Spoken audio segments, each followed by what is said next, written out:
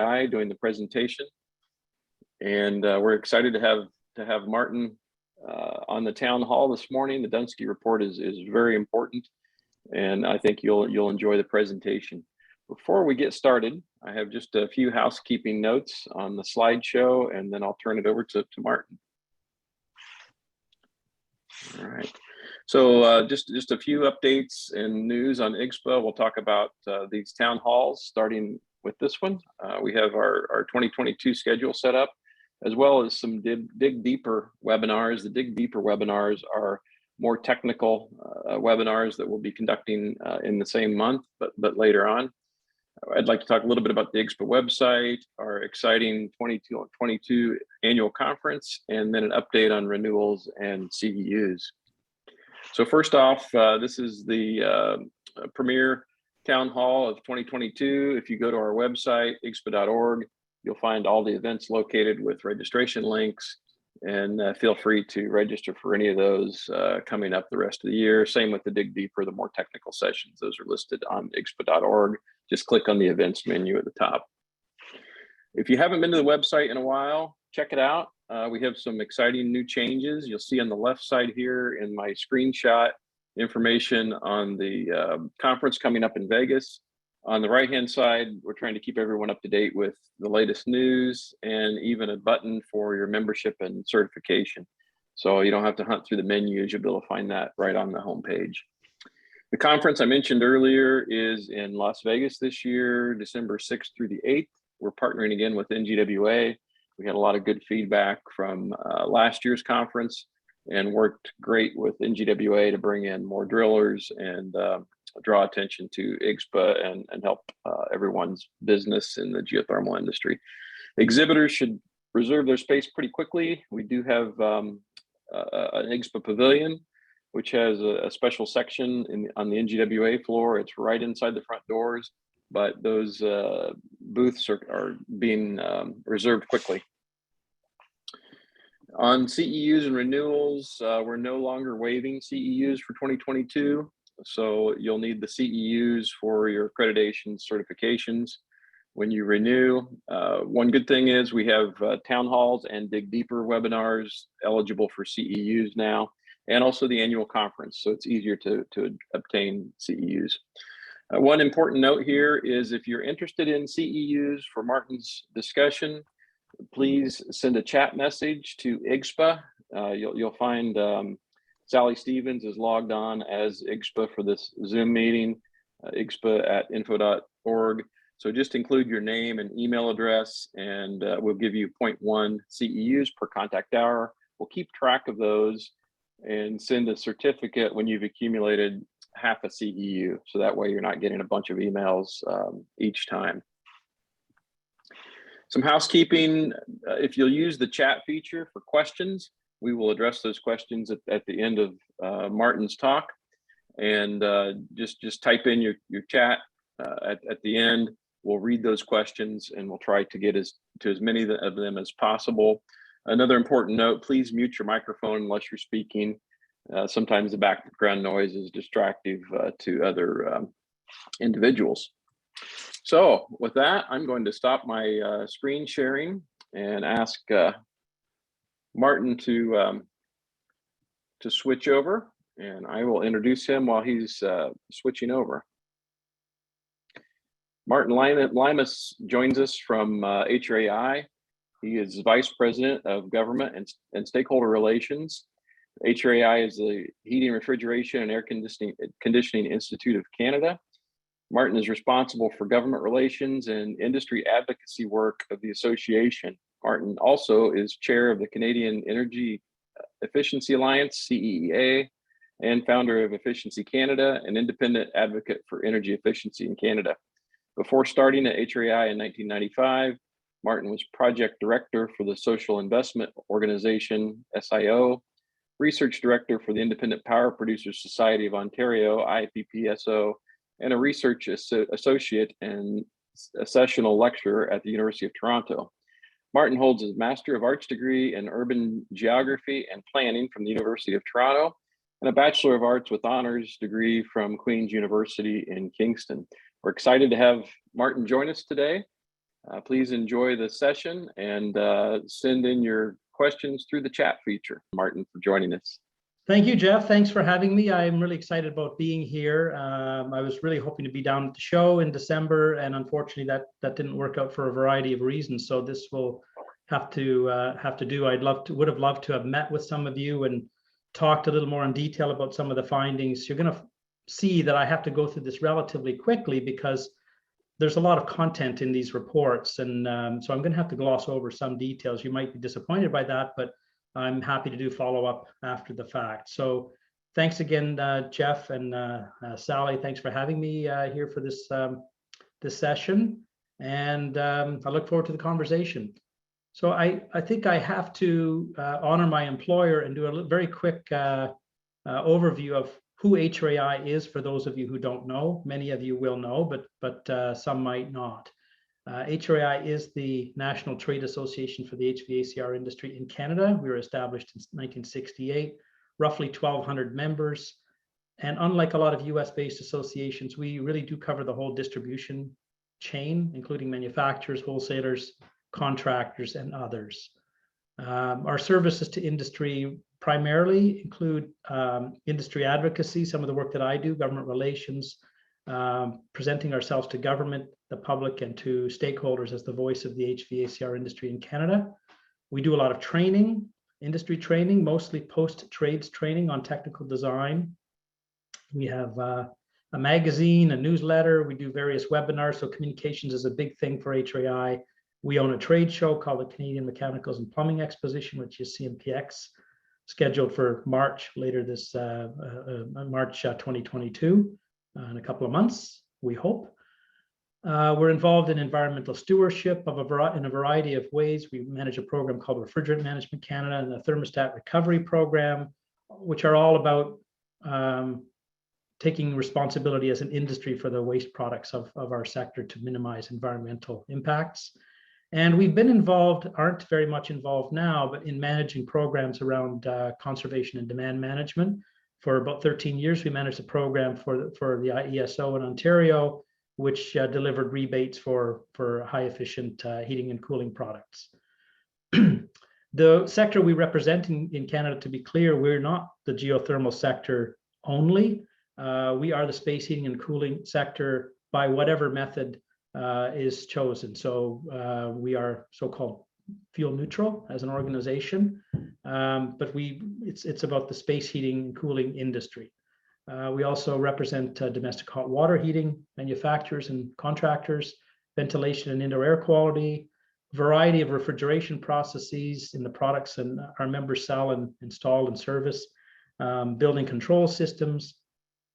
Roughly, our membership represents about $12 billion in activity per year and tens of thousands of jobs. That's kind of me talking about the industry and who we are. We do work as a Canadian association. We work in alliance with a number of other Canadian-based and US-based organizations. Earlier today, I was on a call with the HVACR Alliance. You can see the logo there that includes a number of other organizations that are represented on this screen. We also have an affiliation agreement with GEO and with IGSHPA, the Ontario Geothermal Association. So we're well connected with those who speak for the geothermal sector in the US, within Ontario, and other parts of Canada. So a little bit of background for the study that I want to talk about. And this is very high level context. I don't think, to educate too many people on this call about what the bigger context is for why ground source heat pumps ought to be proliferating in Canada and other jurisdictions. We are, as a society in Canada and in the US, trying to address the impacts of CO2, higher CO2 concentrations in the atmosphere and the devastating impacts of that. That's the main context. We in Canada, like other countries, have signed on to the Paris Climate Agreement and agreed to the fairly aggressive targets for decarbonization that are represented in that agreement. In Canada, that means in Canada, we've already seen this as an image just to give you a little bit of a flavor of what's now already being seen as the impacts of climate change as it affects different geographies, different regions of the country, different ecosystems, rising sea levels. A whole variety of things are now being documented, and the pace of change is actually coming much quicker than originally was predicted. In Canada, the government response to the Paris Climate Agreement was what's called here the Pan-Canadian Framework on Clean Growth and Climate Change. It's an aggressive, high-level program that's been signed on by the federal government and all provincial governments to address climate change through, and the Pan-Canadian Framework, though it covers a wide variety of sectors, also includes a variety of building-related measures that are intended to reduce greenhouse gas emissions. Space heating has been identified as a very important part of the solution to reduce CO2 emissions in the buildings sector.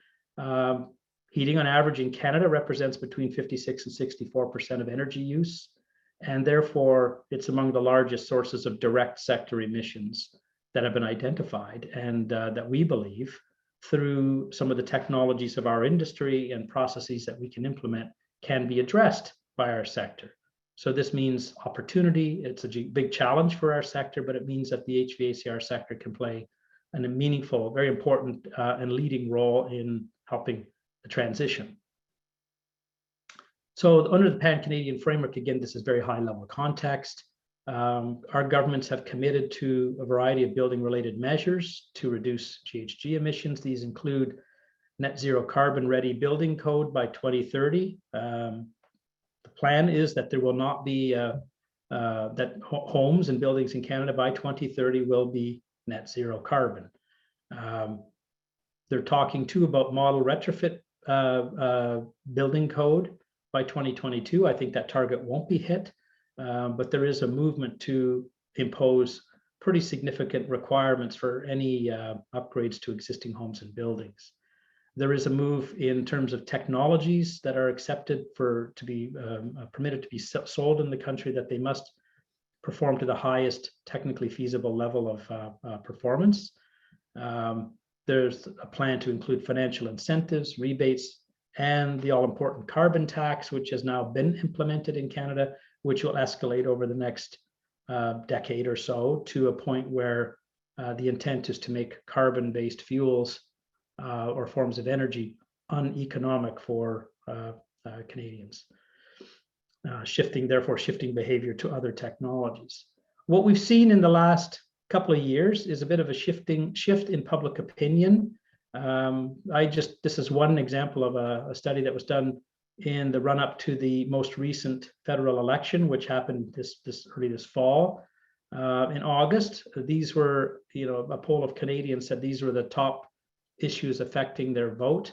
You can see cost of living, not surprisingly, is at the top of the list, but climate and environment is one of the top 5 issues for 46% of Canadians.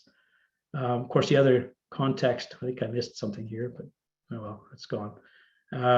This is the other context. We had some fires in Canada, in British Columbia, that were pretty scary. A lot of property lost, a lot of forests. This is a picture in August of the number of active wildfires that were happening in our west coast in British Columbia. This scared a lot of people. I think a lot of people are saying, we need to see some action. We see it, and we need to see it now. And I think our federal government has, given a new mandate in the last election, has said we need to not only reaffirm those targets. We fully expect that they will actually bring some of those target dates forward and hopefully put in place policies that will support that, so that the industry can deliver on expectations. Sorry, this is the other slide I was looking for before. This may not be an accurate representation at any given day, but Canadians are telling the government they want progress on climate change. What's not shown in this slide, and it wasn't done in this survey, is what are they willing to pay for that? That's a big question of what what people will bear in terms of costs to transition to low carbon technologies. But I don't think anyone on this call would disagree. Our industry has a technology to deliver on expectations. It's just a question of what kind of plan we put in place to move down that path. So that's the high level context for climate action in Canada. and why as an industry we need to engage with governments on how to construct and implement policies and programs that achieve those stated goals. As for what led to the research project I'm about to describe, I'm going to say it was a more specific contribution. So we've been part of a bigger discussion around what types of tools, what types of policies will work. And a major contribution to that was delivered by the Canadian Gas Association. The study, which was done in 2019 by ICF in the US, was called Implications of Policy-Driven Electrification in Canada. And what that study said was that if we are going to move, this was just about electrification of space heating in Canada. If we're going to do that, if we're going to move people off natural gas and other carbon-based forms of heating, we're going to have to electrify. We're going to have to build up the electricity capacity in our grid and in power generation. And that cost, the cost associated with that will be $1.3 trillion, which is a pretty scary number for Canada. That's a big number. And you know, it scared a lot of people, a lot of policymakers saying, well, maybe we need to reconsider this. Maybe Canadians won't sit still for this. Maybe they won't accept bearing the cost of that as taxpayers or ratepayers. The study made a very important assumption that nobody initially challenged, which was that the primary transition in home heating and space heating would be from gas, which is predominant in some regions, the biggest parts of Canada, to air source heat pumps. And so, you know, the analysis that they did might have been quite accurate based on the assumptions that were made. And the focus, the reason that number was so astronomical was the study focused on the impacts on electricity grid at peak and the system requirements that would be needed to meet those peaks. Everyone, you know, again on this call will know that air source heat pumps, though remarkable as they are, when it gets to the coldest design temperature day in Canada, and any part of Canada, they're not likely to perform much better than 100% efficiency. So the HRAI and the Ontario Geothermal Association, a number of our members called and sent notes and said, well, wait a minute, there's a flaw in this analysis. There's no consideration in this study of ground source heat pumps as an option for heating. And they expressed the need for a fuller analysis.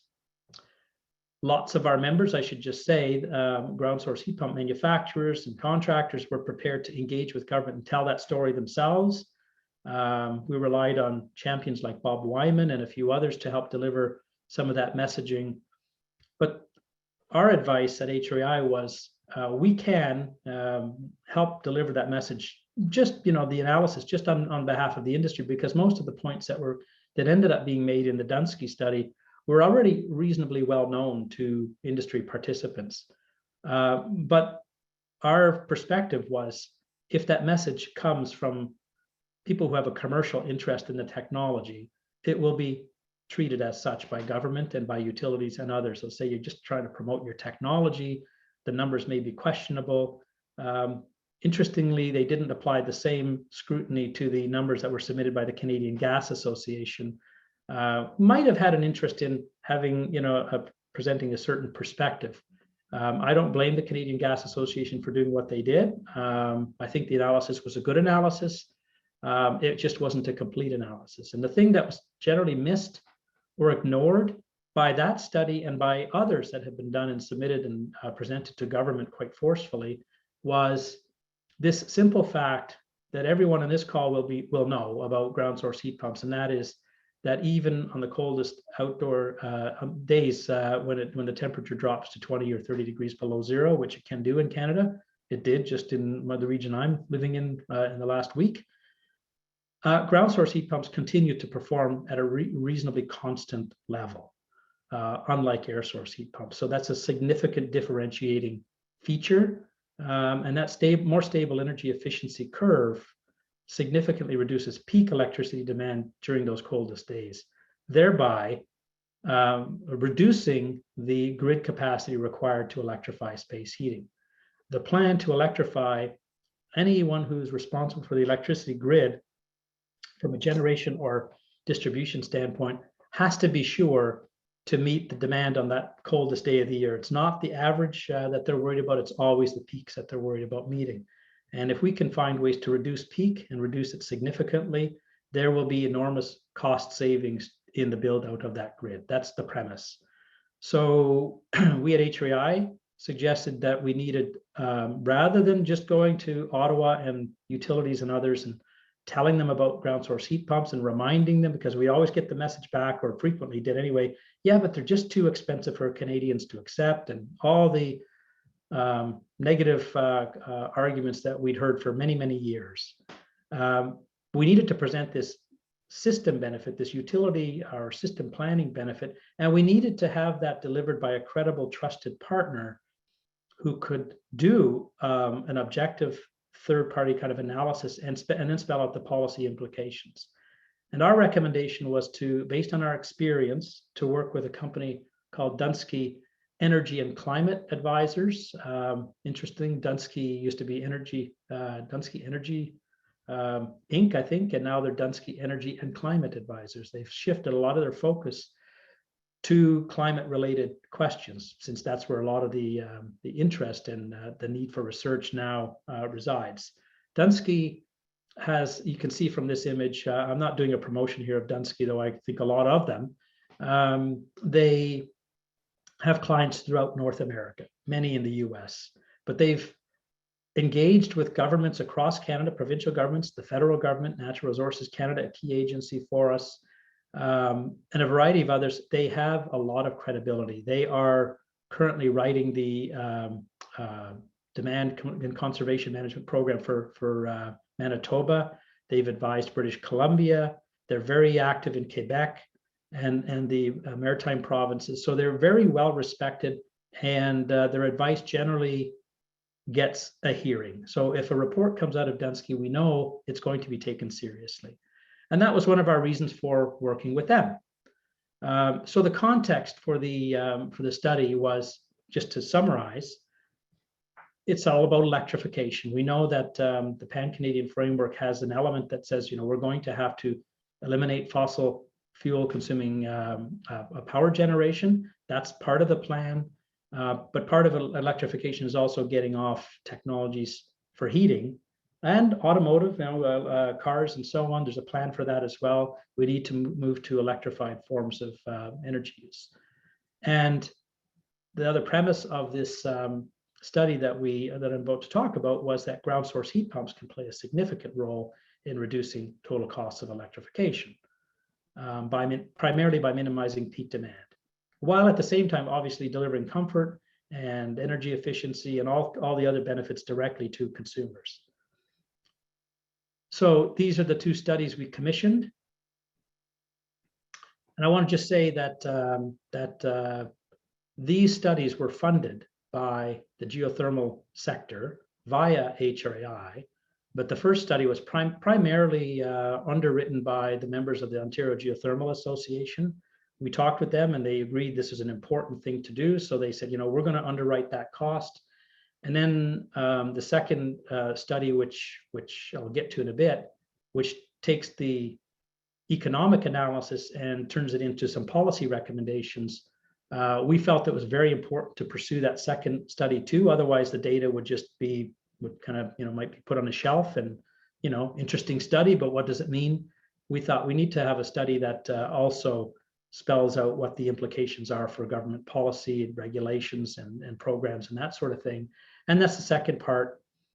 We actually added a third component to this overall project, which was, once both of the studies were completed, we included a PR campaign, funding for a PR campaign to take these findings and make sure they got in front of the right government people federally and provincially. And I'll talk a little bit later about how well we're doing on that. But the fact is, these studies have now been seen by quite a variety of provincial and federal and utility level decision makers, and it's being taken very seriously. So we've more or less accomplished the overall goals, though there's still more work ahead. On the second study, and then the third, the marketing or PR piece, I have to acknowledge that this was largely funded by one company, and that's Enertech Global, who when we were casting around, like who can pay for this, like it's creating a benefit for the geothermal sector. They stepped up to the plate. They recognized the benefits, the value of doing this in the first place, without ever even necessarily seeing the results. They said, we will fund this. It's really important to have this done. So make it happen. We'll pay for it.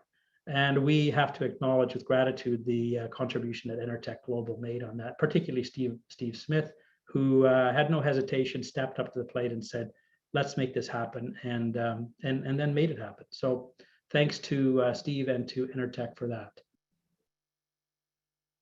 So let me dive in a little bit to the first report, which is the economic analysis, and starting with the approach that they took. The methodology, I guess, is the scientific term we would use. They started by reviewing that CGA study, taking the modeling that they did, pulling it apart, and instead of relying, like exposing that one flaw, I guess, in the analysis, which was said we're going to rely 100% on air source heat pumps to heat homes in Canada, adding in ground source heat pumps. So let's take those numbers, rework them, do the detailed modeling on cost and performance.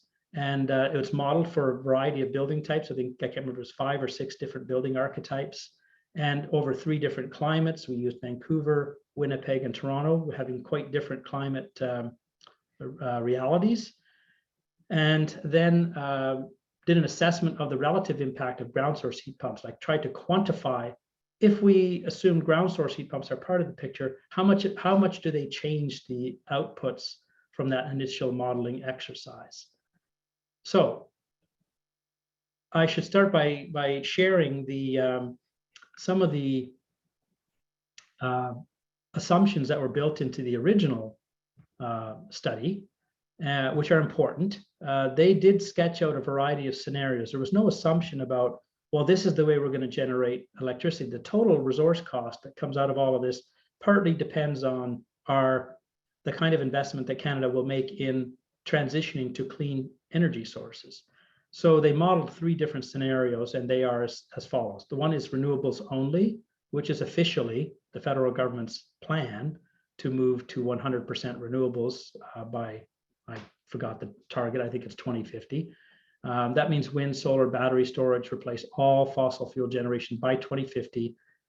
And I'm pretty sure nuclear power is included in this, and obviously hydroelectric is a major contributor in Canada.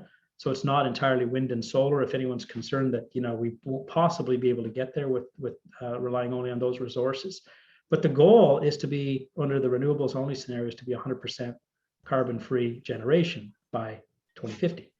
But they also modeled out how the numbers would look, what they would look like in a scenario where kind of a quasi renewables only, where we rely to some extent on natural gas as power generation, being probably the most efficient way to use carbon as a way of generating electricity. And then the third scenario, was one where it's business as usual, what they call market-based generation, that only those options that are economic, financially viable, would be pursued. Basically almost like a business as usual scenario. So they modeled out the numbers all 3 different ways. Just important to recognize how that impacts. I've put this slide in here, which I borrowed from our friends at the Canada Green Building Council,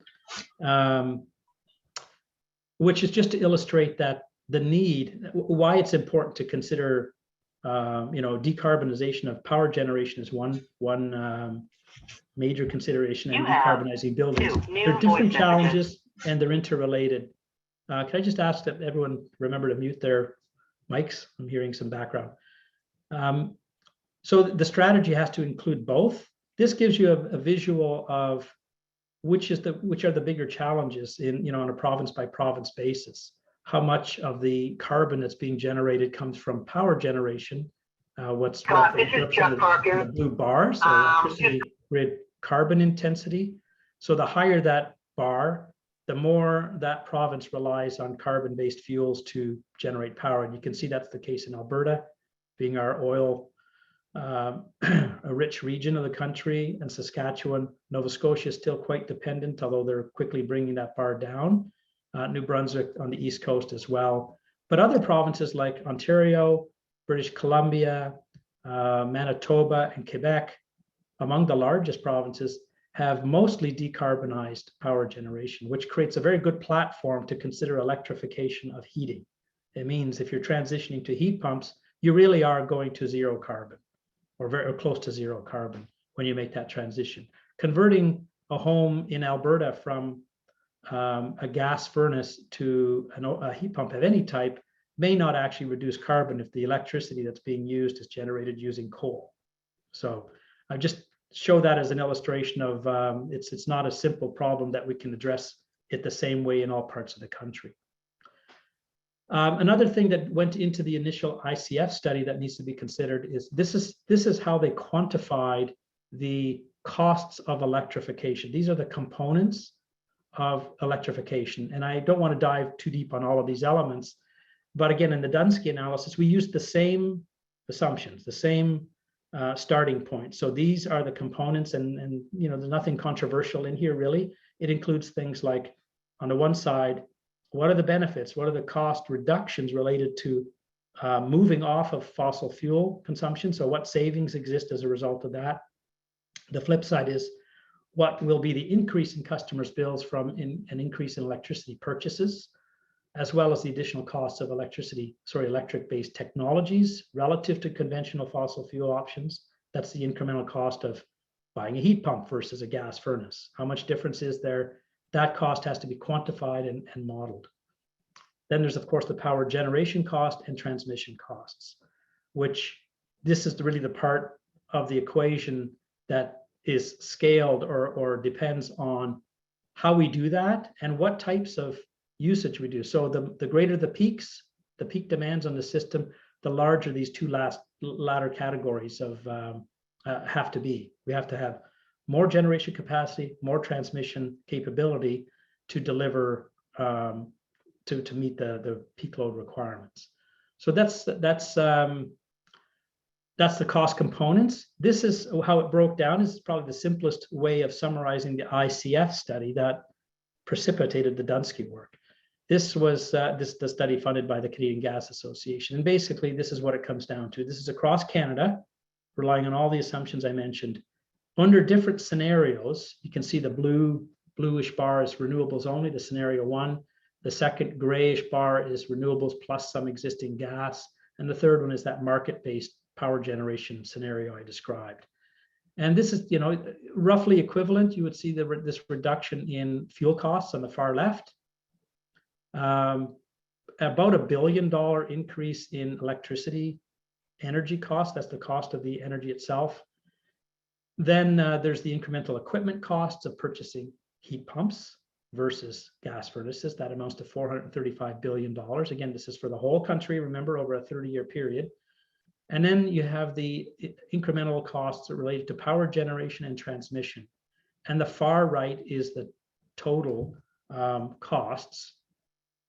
Under the renewable energy scenario, renewable only scenario, that total amounts to a little over $1.3 trillion. So that's the study that's the number that people kept hearing. And that number had an impact, I'm going to say, talking to government leaders. We kept hearing, you know, the cost of electrification just it's not doable in Canada. We can't get there in the time period without having a revolt among Canadians. And that's where, you know, this Dunsky analysis starts to make a meaningful contribution. Because what was found was that rerunning all of those same modeling exercises, but assuming a certain amount of uptake of ground source heat pumps, just substituting a ground source heat pump in for an air source heat pump to a certain degree, and they modeled using 10, 20, 30%, and 100%, just as a hypothetical, not any expectation that we would ever get to 100% ground source heat pumps as a substitute for gas heating, but some percentage, whatever the scale of market penetration is, these are the benefits under the three different scenarios. And again, let's just stick with the renewables only scenario because it's the one that Canada is officially dedicated to. What it shows is that even at a 30%, which is not an unreasonable expectation, penetration for ground source heat pumps versus air source heat pumps, the savings to grid and or savings to the total energy cost that I showed in the previous chart would amount to $148 billion. And then it falls down, you know, obviously with less market penetration, and it falls down if we go to the gas plus renewables, and it falls down even further if we go to a market generation for various reasons. This is how that's made up. These are the cumulative costs if we go from air source heat pumps to 100% ground source heat pumps. This is where the savings show up. Again, the fuel costs are the same. That's $1.162 billion in reduced consumption of natural gas and other carbon fuels, other fossil fuels. To the right of that, we have incremental equipment costs because ground source heat pumps are generally more expensive than air source heat pumps. We had lots of input from manufacturers and advisors to Dunsky on terms of the costing. So this analysis reflects that. Then there's the additional electrical energy costs. That's a savings, obviously, for ground source heat pumps. And then there's the savings on the power generation and transmission costs, which decrease as ground source heat pumps reduce peak load impacts. These amounts quantify to, these two basically in the middle cancel each other out. This is just by coincidence that they amounted to $137 billion. That's purely a coincidence. But basically what it says is whatever the incremental equipment costs that would be faced by Canadians are offset equally by electricity savings. The big impact is that $495 billion on the far right in savings on the grid in terms of transmission and power generation. So that's the thing we really have to drill into. Again, that's just kind of showing the same thing. This is the summary under the different scenarios, 10, 20, 30%. And we asked them to model, like, what happens if there was 100, just for argument's sake, 100% adoption of ground source heat pumps? What would the savings be to the grid? And the total is $500 billion, $495 billion. That's a pretty significant number. And it strongly suggests to policymakers that they really have to take this technology seriously, because that's a savings that's all above and beyond after. It doesn't include the cost to Canadians. This is assuming all these Canadians would make that decision to go with a ground source heat pump, and they've already incurred the costs. This is the benefit to the grid after that. So this is a societal benefit, a benefit that flows to everybody in the country. Really, it's a savings or an avoided cost, I guess is the correct term, that would be set aside because we don't need to generate that additional capacity. So what does that mean? The conclusions that come out of that analysis, clearly ground source heat pumps can significantly reduce the costs of electrification in Canada. The avoided cost of electrification related to ground source heat pumps are both substantial and scalable. I think you'll see from those graphs that it's a linear line. So if you double the penetration of ground source heat pumps, you double the benefit to the grid. And to take that big number, that $495 billion, and quantify it for the number of homes that would reflect, or number of homes and buildings that would reflect, what it means is the equivalent for each and every ground source heat pump system that would be installed in Canada, after allowing for the cost to the user of making that investment, the savings to the grid add up to $40,000 per system. That's a benefit that goes to the rest of the country, to the people who manage the grid, to ratepayers, however you want to define that. That's a really important finding, and that one gets people's attention. If for no other reason, then it suggests that government policymakers could give every homeowner $20,000 towards the cost of installing a heat pump, a pretty substantial rebate, and we'd still be better off. They would be better off, but it would still save another $20,000 net to the grid. That would be the avoided cost. So that it's clearly a win-win type of investment. A second finding is that the benefits of ground source heat pumps are clearly highest in colder climates. I haven't shown how the results vary from across the country in those different geographies I mentioned, the impacts, the benefits are much lower in the lower mainland of British Columbia and Vancouver when it was modeled there. It was more or less on par with air source heat pumps, and that's because it's a much milder climate. So those peak impacts are much less pronounced versus Winnipeg or Toronto. Winnipeg, it's a very substantial benefit because it's a much colder climate in the coldest times of the year. And the other key, really important finding that needs to be addressed in the second phase of the study is that there's a significant misalignment between who benefits and who pays.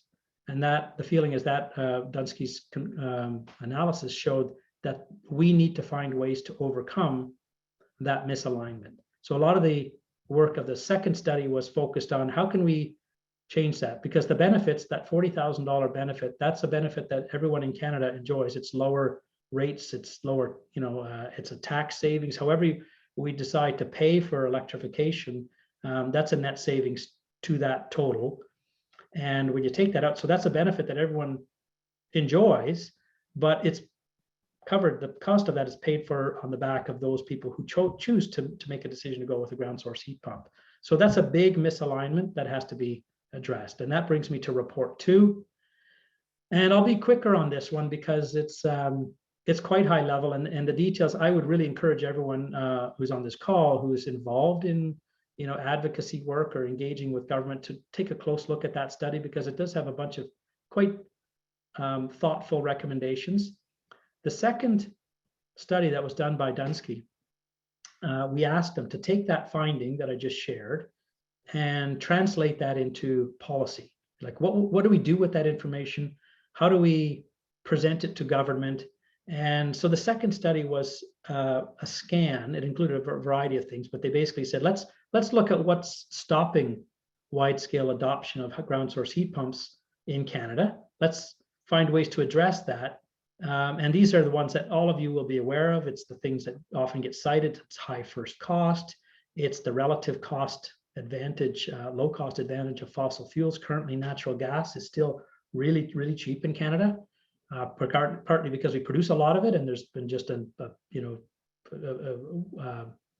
high level of availability. So there's really no, from a commodity standpoint, no indication that that price is going to go up. Unless there's a significant addition, and this is why we do the carbon tax that will artificially increase the cost of carbon-based fuels. But the cost competitive of natural gas makes it an easy choice in the marketplace. The cost competitiveness of other heating technologies, the unit cost of furnaces and other technologies relative to heat pumps, is a barrier to adoption. And then the other two that are really important is lack of consumer awareness, which we all know about, but also I would say lack of industry awareness about the unique benefits of ground source heat pumps. There's still, I talked to a lot of people in the industry, conventional contractors who really don't fully appreciate those unique benefits that have been, that I've shared previously, that come with ground source heat pump. Okay, so there's lack of industry awareness, and all those things are barriers to widespread adoption. The Dunsky team then went about kind of on our guidance with a small team of industry people with some suggestions. They said, where should we look for effective policies? And these are the jurisdictions they looked at: Austria, Germany, Sweden, Canada, which has had some experience with programs in the past, and New York State, which I think most on the call will know has been pretty a leader in supportive policies for ground source heat pumps. So they explored all of those, talked to a lot of people in the industry about what policies work and what doesn't work, what kind of conditions need to be put in place to facilitate a higher uptake of ground source heat pumps. And these are the kind of, I guess, the broad categories of what they saw as potentially effective policies. Again, I won't dive into each of these. I'd encourage you all to read the report. One is regulatory financial support, things like tax credits, incentives, peak demand incentives or penalties, ground source heat pump specific power rates, financing tools, anything to help people get over the financial hurdle. The second one is building code, for obvious reasons. I don't think I need to explain any of that.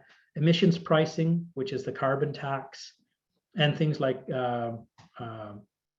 renewable natural gas mandates, which effectively might make the cost of natural gas higher and therefore switch people over to electric forms of heating. And drilling regulations was identified as a potential barrier that might need to be addressed. So they considered all of these different types of solutions, and then they ranked them. They did a whole analysis, a fairly detailed analysis, and on this graph they present, this is probably the best summary of the findings, which is which of those programs or policy options has the highest impact and also benefits from being relatively easy to implement.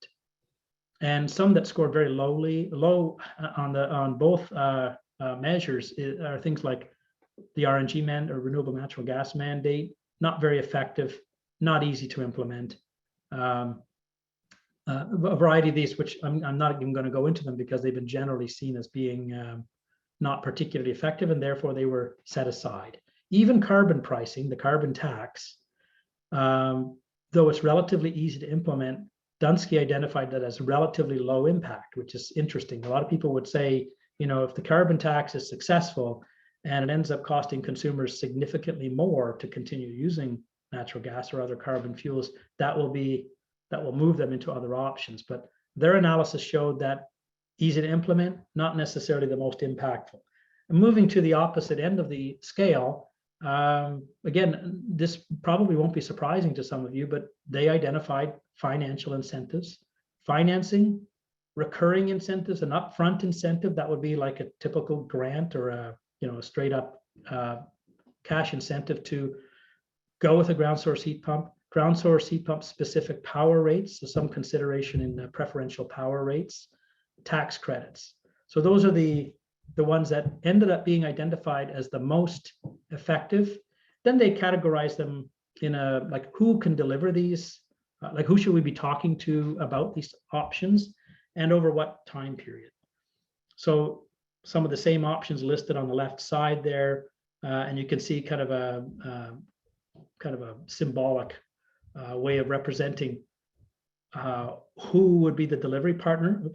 Implementers could be utilities, that's the transmission tower there, and the federal government, pretty much limited to tax credits. And then they talk about provincial and territorial governments and utilities. You can see some of these are suggested that they're primarily should be focused in the next 3 years. Some could be continued over the next 3 to 10 years, and some ought to be continued for a long period of time. So the one, these are kind of ranked. So ground source heat pump specific power rates is clearly one that we're suggesting needs to be pursued. And I'll say happily that we've had a number of conversations with companies like Manitoba Hydro, BC Hydro, the Ontario government, not yet the IESO, but soon, New Brunswick Power, Nova Scotia Power, and they're all looking at these recommendations very carefully. So that's very encouraging. Now I'm going to try to wrap up with a quick what's next. I basically, like I said earlier, we included in the budgeting for this project that we don't want to just do these reports and then let them sit on the shelf. We need to find ways to make them known. So we hired a GR firm that HRAI has worked with in Ottawa for years to open up the doors to the right audiences, and they've had success. We've had more than a dozen meetings. I think it's probably closer to 15 meetings to date with agencies and government and utility system planners. As I mentioned already, they're starting to take note. They're asking for follow-up. In a number of cases, they've asked for follow-up meetings to dive a little deeper into what might work and what might not work. Without making any promises, I think some of these recommendations are getting traction, but we're only about halfway through that process, and there's a lot more work that needs to be done. And I'm going to say a lot of it has to be done at the provincial and utility level, which is challenging because there's different politics involved. We have different governments across the country that are at different stages in terms of their acceptance of the need to electrify. So that kind of determines a little bit who we can talk to, who's willing to take that meeting and act on the recommendations. And the last thing I'll say is, clearly we have a program federally called Greener Homes, and it includes a provision, a modest provision of $5,000 rebate that includes ground source heat pumps. That's one positive impact, but there's others that I think will come. And it's important for us as an industry to recognize that as the markets open up, there will be a need like the industry will have to scale up, and there will be a big challenge to ensure there's a sufficient number of trained and qualified contractors, technicians, installers, service persons in place to do that. For that reason, HRAI is very actively engaged right now with IGSHPA, Jeff and his team, and talking about how we can work together to ensure that there's a sufficient number of trained personnel. And I'm going to leave it at that. Thank you very much for your time, and I'd be happy to take any questions if there are any. Great. Jeff, should I stop sharing so I can see the screen? And yeah, sure. You can go ahead and stop sharing. That way, I think people can see us a little bit better. Thank you very much, Martin. Very informative, and I think a great presentation to download. I'll get to the questions in just a second. I do want to remind everyone, if you're looking for CEUs for this town hall, make sure you send a chat message to Sally or myself. Sally's logged in as IGSHPA, and we'll make sure you get the credit for those CEUs. So let me get to some of these questions. We have just about 5 more minutes here. I want to be respectful of everyone's time. Bill Nowak sent in a question here. On page 20 of the report, it cites an air source heat pump COP of 1.3 for single family homes in Toronto, with 92% of the heating load covered by the heat pump. His question is the 8% covered by resistance heat? And if so, does that lower the COP from what it would be if the air source heat pump system is designed to cover 100%? I think that assessment is correct, but that's subject to check. So I'll have to go back to the report. I'll maybe ask our friends at Dunsky, who I was hoping I could include on this call, but weren't available. But that's subject to check. I would say I think that assessment is correct. Okay. Once we know that confirmation, IGSHPA can send that out to the people who are attending. Thank you very much. Let's see here. There's a question. Is the air source heat pump based on newer cold climate air source heat pump technology? Arlene Anderson asks. Yes, it is. CGA, when they framed the study, said, in fact, they said this even in their, it was interesting that they presented it this way when I heard them presenting the findings. They said clearly, we're going to assume and give the benefit of the doubt to the heating and cooling industry that we're going to use the best technology available in the market, which is a cold climate air source heat pump. That statement obviously is a significant oversight of that's maybe not the best or state-of-the-art way of heating and cooling a building, but that was the way it was stated. So their assumptions did rely on cold climate air source heat pumps proliferating, and they also made some statements about, we'll just assume even that the performance will increase over time, over the next 5, 10, 15 years, that the performance will only improve over time. But they did that to say, it was a bit of a lead, I guess, to lead people to the conclusion that they're being very generous in terms of considering, the best and best available in the market.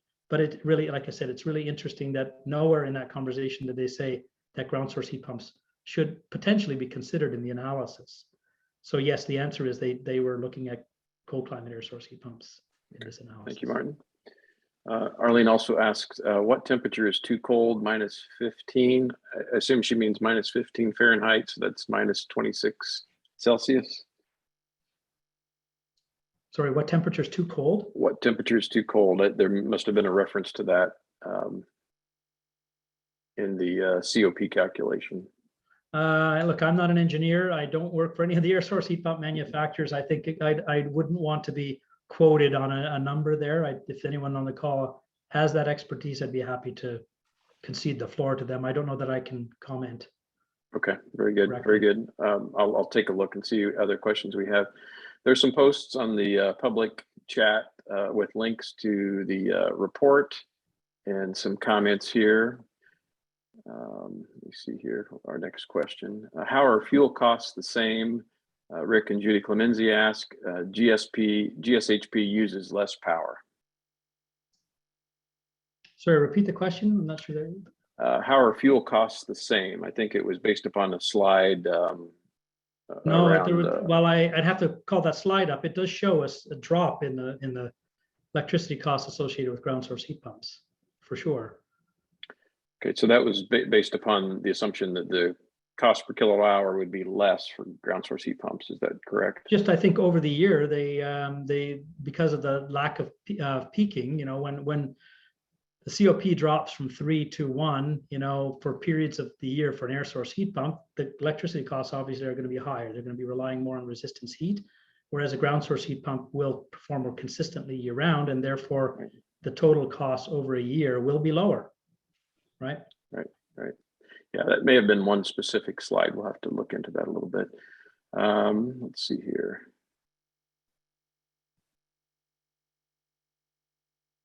Quite a few comments about natural gas. All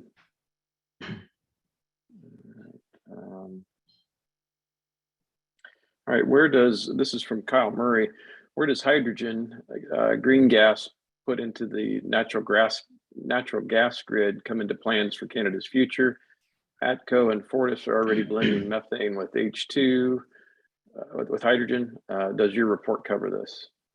No, there's some reference to it, and I know that Dunsky Energy and Climate as a firm is engaged with a variety of different utilities, including gas utilities, about all these different options of what their specific benefits are. That was not within scope for this study. This study was really just to say, we want to run that same modeling exercise that says we're only going to do all this using air source heat pumps, and see what it looks like if we inject ground source heat pumps into the same analysis. That's all that was really within scope.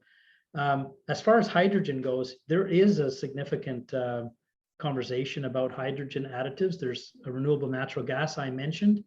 Enbridge in Ontario is experimenting with 5% renewable natural gas supplement to natural gas, which obviously brings the carbon impact down because you're capturing capturing methane that would otherwise be emitted into the atmosphere, and you're burning it. Therefore, there's a lower impact. I think it's fair to say, though, that long term, to meet the goals of I'll turn to hydrogen in a second, but renewable natural gas won't, in any scenario, I don't think, deliver fully on the targets to be free of carbon. Like this, you know, there's British Columbia has talked about meeting all of their natural gas demand requirements with renewable natural gas, but the people in that sector say we're not producing anywhere close to enough to be able to meet that demand, even in the modest load that exists in that province. So I'm not really sure what scenario allows renewable natural gas to cover all those needs, but I can say some governments, including the Ontario government, are pretty strongly committed to creating a role for renewable natural gas. Now, hydrogen is another matter. There is lots of discussion, and again, federally, there's been a commitment of a lot of dollars to research and explore hydrogen as an additive or a full substitute for natural gas long term. But you know, I am always reminded, I read this thing in the Economist magazine not long ago, and it referred to, I just always remember this. It says, you know, hydrogen is the fuel of the future, and it always will be. So there's been a talk for 30, 40 years about hydrogen and how it might actually, you know, the clean fuel of the future might do the job, but it's very difficult to see, practically speaking, how the costs can be managed in such a way that, you know, the carbon cost of even producing the hydrogen that's needed can be managed in a way that it will be successful. But I can say this, Canada is investing in research and piloting of trying different things. So there may be a future for hydrogen in certain applications. Whether it extends to home heating or not, I think I would suggest it's doubtful in the time horizons that we're looking at. Great. Thank you very much, Martin. We are out of time, unfortunately. I think we could talk about this all day if we had the time, but we did have one other question that we can respond to the attendees, you know, afterwards. Please watch your email and social media posts for future town halls and dig deeper webinars. Certainly appreciate everyone's time today and look forward to talking to you in the future. Thank you very much. The recording will be online in the next couple of days. Thanks a lot. Thank you, everyone.